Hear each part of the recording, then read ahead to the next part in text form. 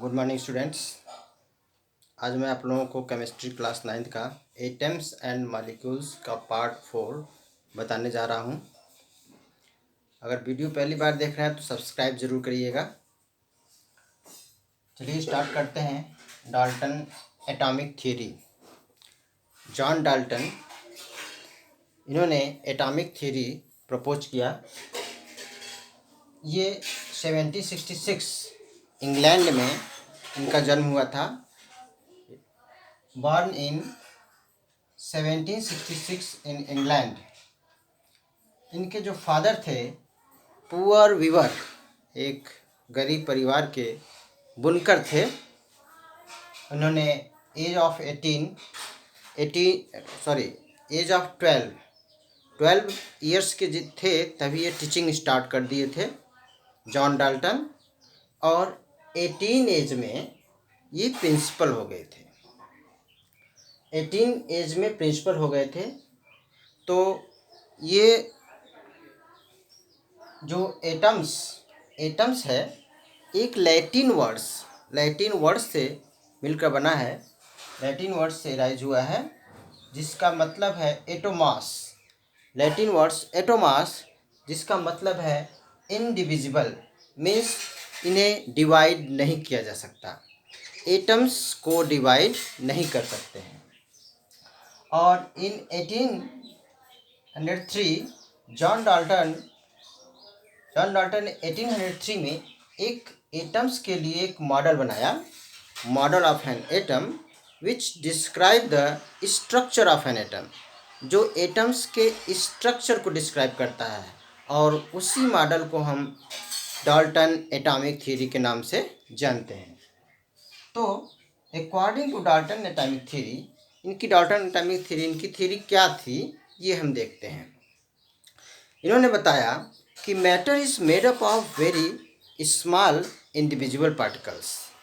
Matter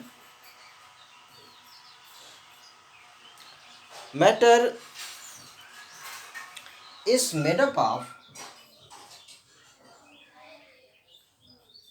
very small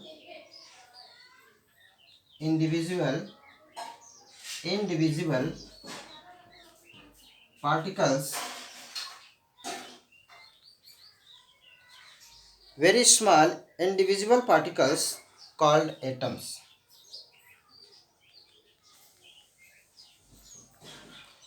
इन्होंने बताया कि मैटर बहुत ही छोटे पार्टिकल से मिलकर बना है जिसे हम एटम्स कहते हैं, यानी एटम से मिलकर मैटर बना है।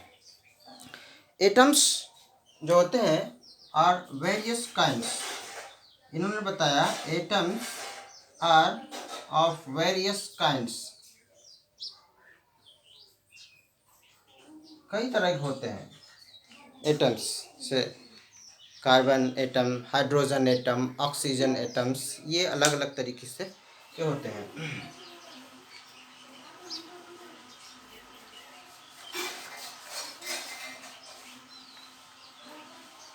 थर्ड है एटम्स कैन नाइदर बी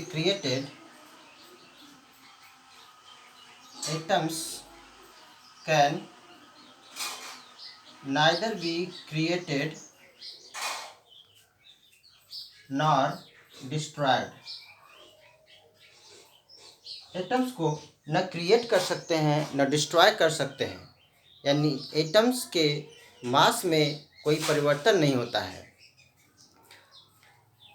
और नेक्स्ट है atoms of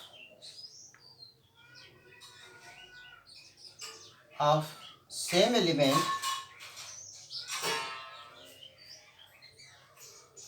are identical in size,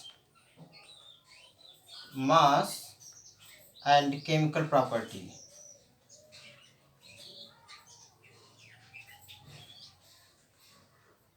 जो एटम्स होते हैं सेम एलिमेंट्स के सभी एटम्स आइडेंटिकल होते हैं, यानी एक जैसे होते हैं। इन मास में भी इनका मास एक जैसा होता है, साइज एक जैसा होता है और केमिकल प्रॉपर्टी भी एक जैसी होती है। जैसे एक हाइड्रोजन एटम है, तो हाइड्रोजन एटम जितने भी हैं यानी सेम एलिमेंट के हाइड्रोजन एटम्स के एलिमेंट सभी एटम्स एक जैसे मास होंगे, यानी कि जैसे हाइड्रोजन एटम्स का मास 1 होता है, तो चाहे जितने हाइड्रोजन एटम हैं सभी का मास 1 होगा। साइज जो है वही रहेगी, तो केमिकल प्रॉपर्टी भी वही रहेगी, चेंज नहीं होती है। Atoms of different element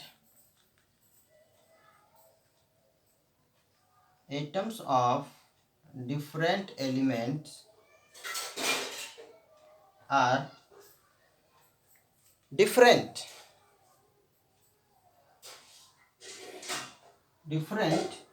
in size, mass and chemical property.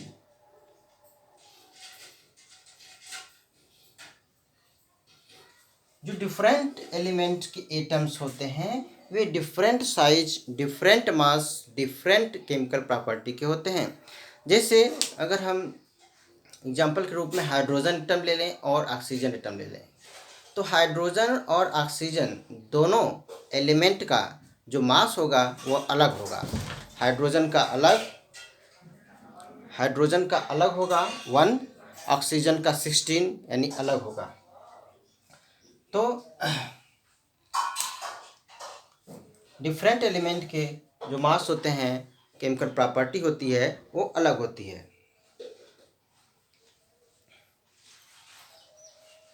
Two or more element join together. Two or more element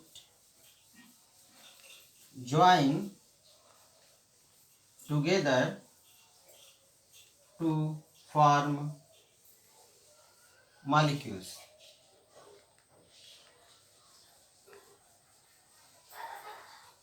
to या टू से अधिक एलिमेंट ज्वाइन होकर के ये मॉलिक्यूल्स बनाते हैं।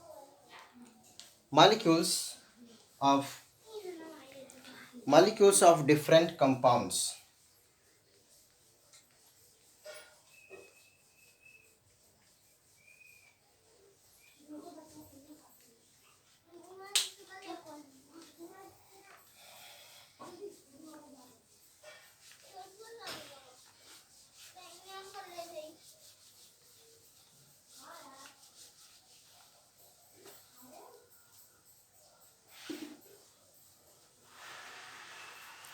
During chemical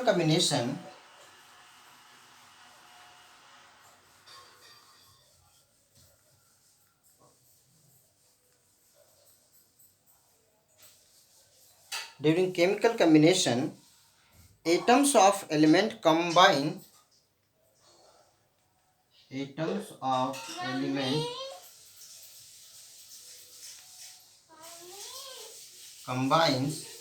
Atoms of element combine in small whole number.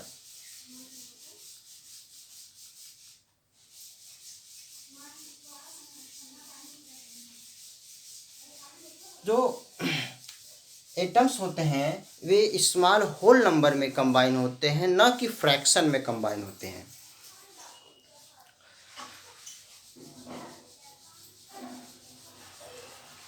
In chemical reaction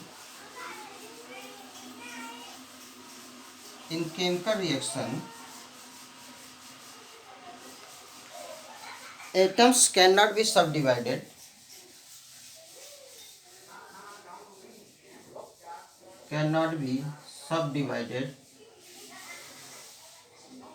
सबडिवाइड नहीं होते। Number and kinds of atom in A compound is fixed. Number and kinds of atom in a compound